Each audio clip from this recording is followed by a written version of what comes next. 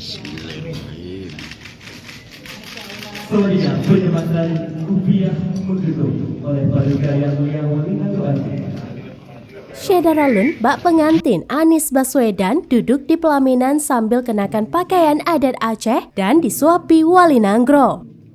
Pemandangan tersebut terjadi saat calon presiden atau capres pilihan Partai Nasdem itu berkunjung ke Aceh dan disambut Wali Nanggro Aceh di Meligo pada Jumat 2 Desember 2022.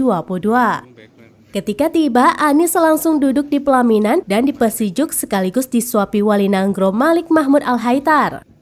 Kedatangan Anies ke Meligo Wali Nanggro merupakan rangkaian agenda Capres 2024 pilihan Partai Nasdem itu ke Aceh.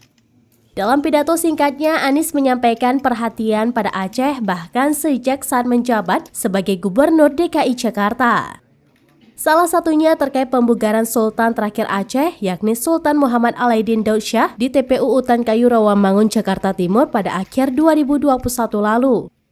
Kemudian mantan Menteri Pendidikan Republik Indonesia itu juga mengapresiasi Aceh yang berhasil meraih peringkat pertama nasional persentase siswa diterima SBMPTN 2022.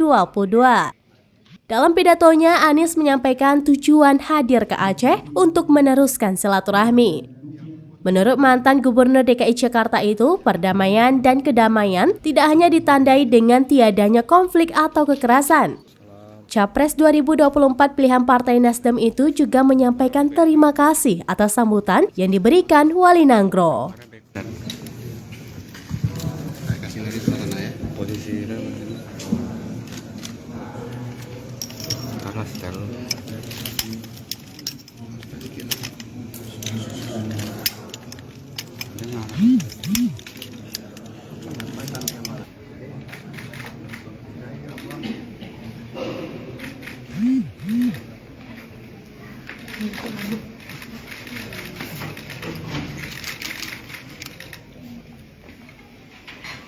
Salam.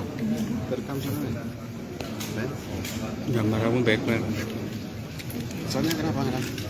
Gambarnya baik banget. Kasih lagi suasana ya. Posisi Panas terlalu.